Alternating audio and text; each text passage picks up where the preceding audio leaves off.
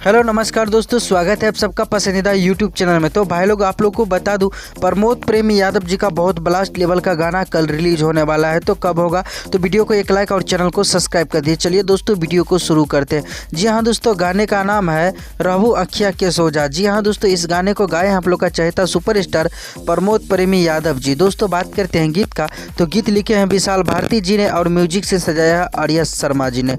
दोस्तों इस गाने को कल सुबह में आप लोग के बीच में 7 बजे रिलीज किया जा रहा है सारेगामा हम भोजपुरी यूट्यूब चैनल के माध्यम से। भाई लोग, इसका टीजर को जो है आज सारेगामा हम भोजपुरी से रिलीज कर दिया गया था। जी हाँ दोस्तों, 11 बजे इसका टीजर आउट कर दिया गया है।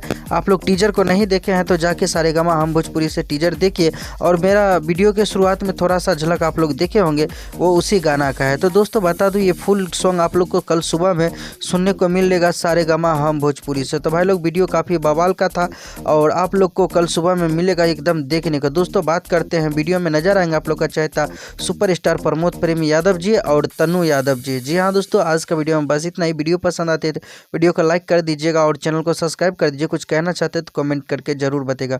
मिलते हैं कोई नए वीडियो के साथ, तब तक के लिए bye bye, take care, love you all. देखते रहिएगा भोजपुरी चिप।